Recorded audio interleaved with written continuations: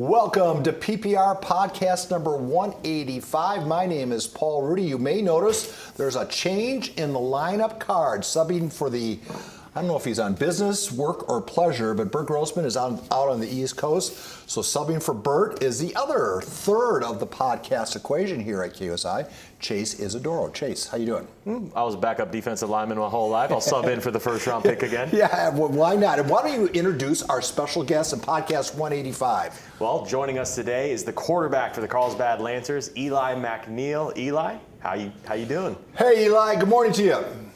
Good morning, guys. How are you guys? We're doing great now that you're here. First of all, what are you doing right now? What class are we getting you out of? I was about to go into ASB, so pretty good class to miss for this. All right. Well, then you're welcome. Yes, sir.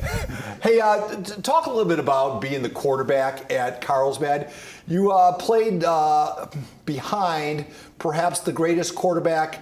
I don't know. Can we call him the greatest quarterback to come down the pike here? And I think so. You certainly would be in the conversation. I'm sure Tyler Buckner, props, would be in that conversation too. But his name is on the trophy. He's our defending Silver Pigskin finalist, and you spent some time playing behind him.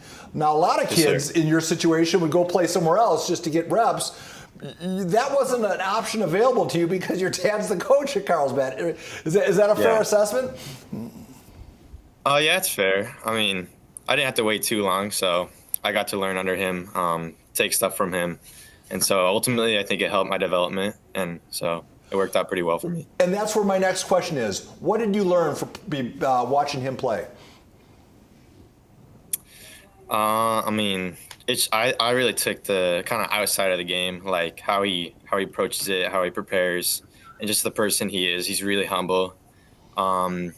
Treats everybody the same, which is really important when you're a leader on a football team. Now, it's one thing to have to replace Julian Sayin. Obviously, you just want to be yourself out there. But you guys also have gone to the Open Division twice, semifinals last year, with a large group of those seniors and really the senior class before that now gone. It's kind of this new look Lancers for still a same great program. How do you guys approach this year when really you guys have been the top dogs and now it's almost like you're looked at as the underdogs with all these new faces that we haven't seen before? Yeah, I think our thing this year, our team, has been just trying to prove ourselves. All these guys are new. A lot of young guys. We've been needing more reps, and that's been getting us better. And so, yeah, we got a chip on our shoulder. We're just trying to prove that we're still at the top and we're still a great Carlsbad team. You know, Eli, if I'm you, I guess you know what would motivate me is the fact that you guys did come up short in those prior years. You have a chance to do something Julian didn't do. Mm-hmm. I mean, does that ever cross your head? Like, you know, you might have, he might be playing at Ohio State, but you could have a section ring on your finger. Yeah. No, it's definitely always on my mind. That's always the goal. And no different this year. We're trying to win Open. That's the goal. And I think we could do it. We just got to, keep stacking days, and we got a real good chance. Now, we've heard a lot of the same names over these past couple of years for Carlsbad. Who are some of the guys that maybe some people in the county haven't heard of that have had such a big impact for you guys so far? I mean, I'm going to start my wide receiver one, Connor Hawk. He's catching a lot of balls, making a lot of plays. That's my guy. Jake Morrison, scoring both ways, offense and defense. He's running back, linebacker. Chase Harris, linebacker. All these guys haven't really been in the spotlight yet, but they're making a lot of plays, and, they're real dogs for sure. So, sir. The fact that you guys are geographically to the north and kind of listen, it's still San Diego County, but the fact that you guys are a little bit more to the north, do you feel like that a lot of other teams get talked about more than Carlsbad, that you sometimes get overlooked in the conversation of who the best is in the county? And do you feel like that's a geographical thing, or is that just poor reporting by the PPR? I mean, do you feel sometimes left out of the conversation because you're so far north? Maybe a little bit, but it's at the end of the day, it doesn't really matter. It's how we produce on the field and what happens in the playoffs. So I'm not too worried about that right now. And, taking it game by game, not really worrying about the rankings or whatever that is, just trying to win every game. Because we always talk about all the kids that are getting recruited at Lincoln, all the kids that are getting recruited at other schools. There's no shortage of people coming to visit your school to come look at players, right? I mean, you guys are pretty, as far as at that outside tier, that tier of recruiters, Carlsbad's an automatic stop, is it not? Yes, sir. Yeah, no, we get a lot of recruiters around here. My dad knows everybody in the country, so they're always coming around and seeing our guys. And yeah, that's just been a thing at Carlsbad forever, and they keep on coming through. We keep on getting guys. So. How is it too? I've seen that when you guys usually go on your trips, you guys usually go with like a group of guys. It's not like, oh, Julian's going to the big school. He brings like a couple guys with you, as you guys did at Duke when you went to go visit. You know, what's kind of that like that you all show up with all the Carlsbad guys on the trip? Yeah, it's good for recruiting, and it's good to just see that environment, see like how colleges work, how they operate. And so being in that group's really fun, and you can take a lot of nuggets from the colleges and just take it from your game and how you prepare, apply it to your everyday today and become better. What are you looking for at the next level, school-wise? And don't say money. No, I want to get a good education. That's definitely on the top. So wherever I can get that, where there's a good mix of football and a good mix of, top education, that's what I'm going to be looking for, and that's really high on my list for sure. What do you want to study at the next level? I'm not too sure. I'm thinking something business. My dad has a few businesses as well, so that's something that interests me, and that's something I'm probably going to go into in the future. All right, first, before we go on to the next one, best pizza at that pizza place? Because the cheese was pretty good at the Dine and Dash, I have to say that. But if we got to say the best pizza, what would it be? I like the barbecue chicken. I think it's the best barbecue chicken I've ever had, and that's my favorite. That's what I would say go get if you're going to TPP. How often do you eat there? I'd say at least once a week, probably going there around one time, yeah, one or two. When's the last time you had to pay for anything when you were there? Usually don't have to. Usually it's on my dad. It's usually pretty easy there. Does that open credit card apply to everybody on the team or just you? Just a family discount. There's no way coach is paying for all the O-linemen would wipe them out. Well, I mean, because you're not the only coach. Ron Berner has his restaurant and Nicolosi's. To have a restaurant and a football team, they kind of work at cross purposes. A football team can eat you out of stock, can it not? Yeah, no, it definitely works hand in hand. It's pretty nice. What's it like to play for your dad? I think there's so many people out there who've had their dad as their coach, but usually that ends at like Little League or youth football era. You're going to the high school level and at a program like Carlsbad where, the expectations are so high. How is that like connection where it's like, all right, that's my dad, but also the head coach? How does that come in for you? I mean, yeah, he treats me like everybody else. I don't get any special treatment. I feel like there's definitely a standard for me to uphold, a higher standard. That's also playing quarterback here, so it's not really anything new. It's the same thing Julian had, a high standard. And so, yeah, I just try to think of it like that. I try to think of it like I got to be better than everybody else, and I got to kind of be on my stuff at all times. And that's how you got to approach it, and that's how I have been trying to approach it. Are you tired of people telling you look like your old man? They don't even really say it that much, to be honest. I don't get that too much. When he was a kid, we actually looked pretty similar, but now not too much. So I don't get that too much. I don't know. I see the resemblance. Yeah, no, you totally look like him. It's worse because when he was a kid, he looked really similar to me. We looked pretty alike. All right, hey, you got to send me pictures of him as a kid and send those to me, okay? Before the day's over. Because when we cut this up, I always like to include those pictures. I want to see a side-by-side with you and him. They always say playing for your dad is a double-edged sword because you're playing for your dad, so you know the coach. But it also, usually most coaches, they don't treat their kids equal. They're harder on them. They expect more from them and push them even harder. Can you speak to that a little bit? The standard for, I don't know, conduct on the field and off the field is higher. Is that the case with you?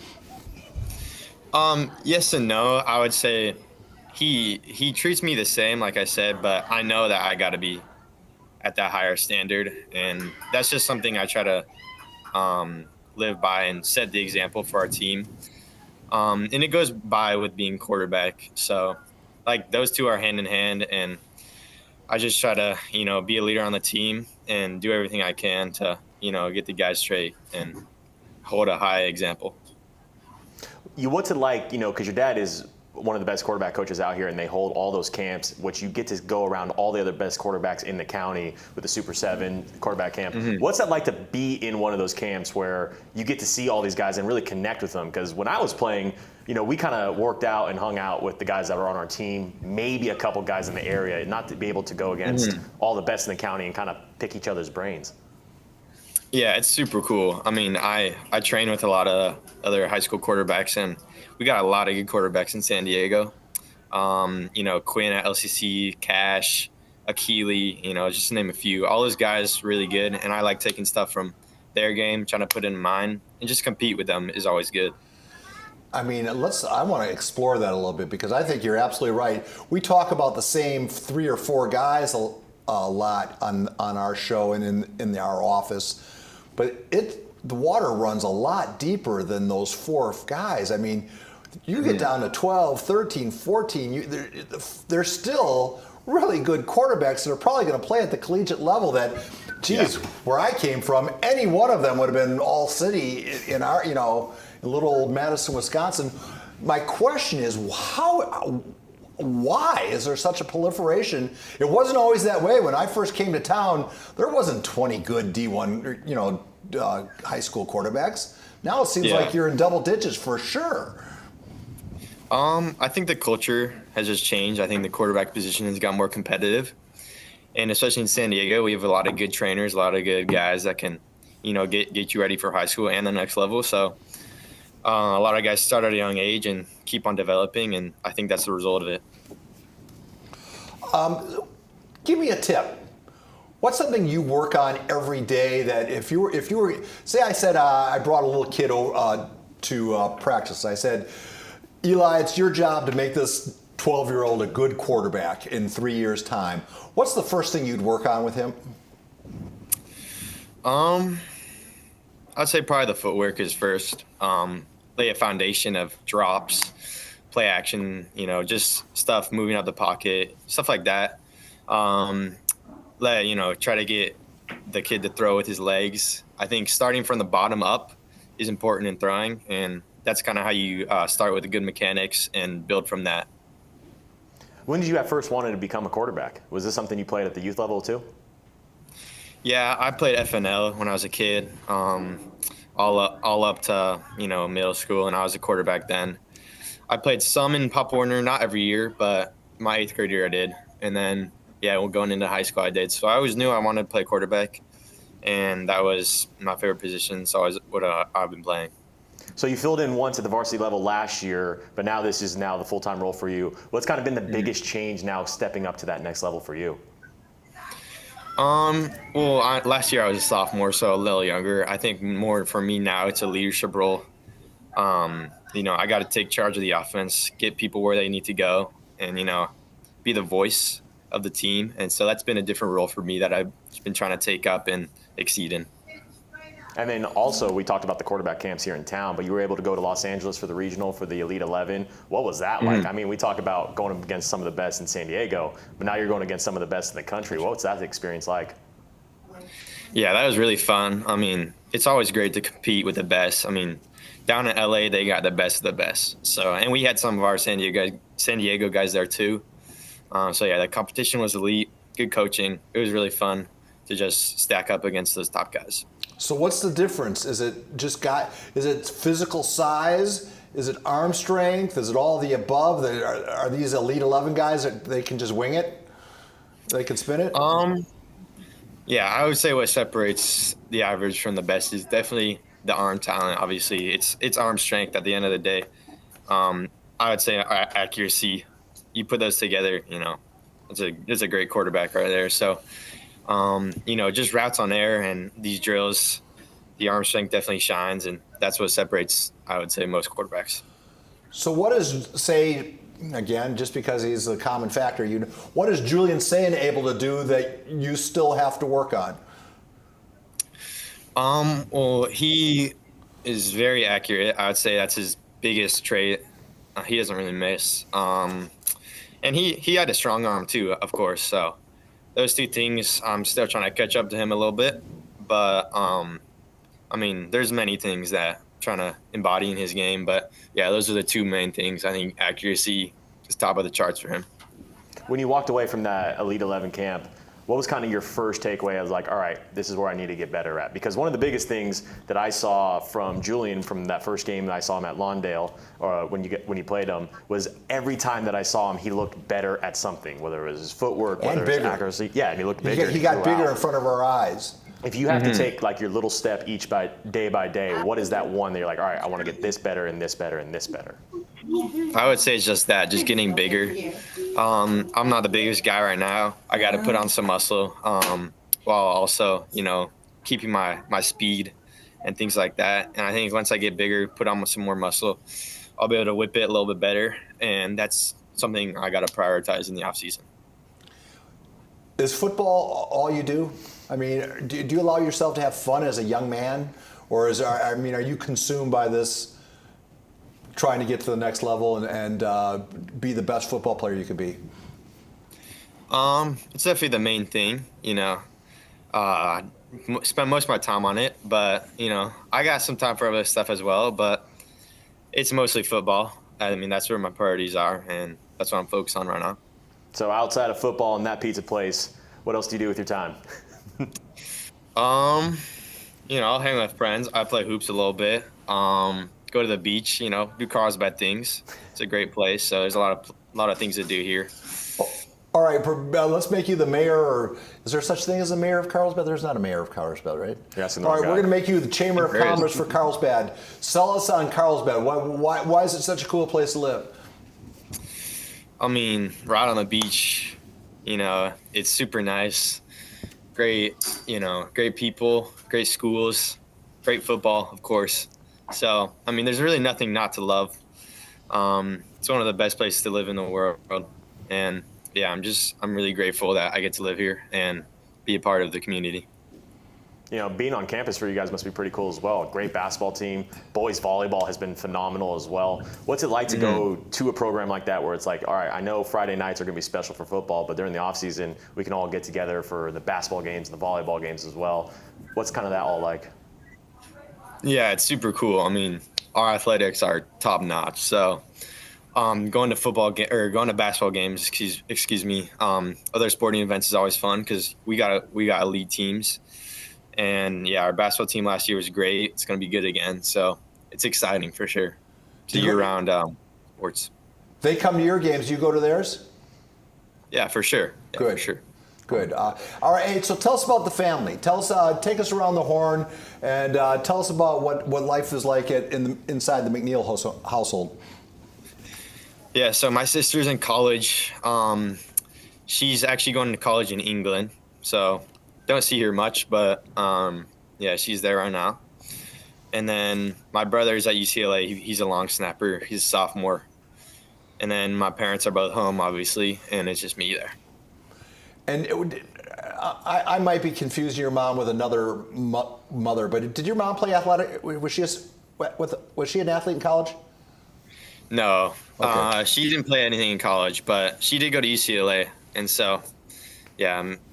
She's really proud of my brother for being there right now. So that's the connection there to legacy. He's a legacy snapper at UCLA. So where's your sister going to school in England? She just graduated at a place called Falmouth, and I think she's about to get her master's degree somewhere in London. So in what? Yeah, in London. I know, but what is she going to get her master's in? Oh, I want to say it's pop music. Something in music. She's big into that, and she can play multiple instruments. She writes songs. So.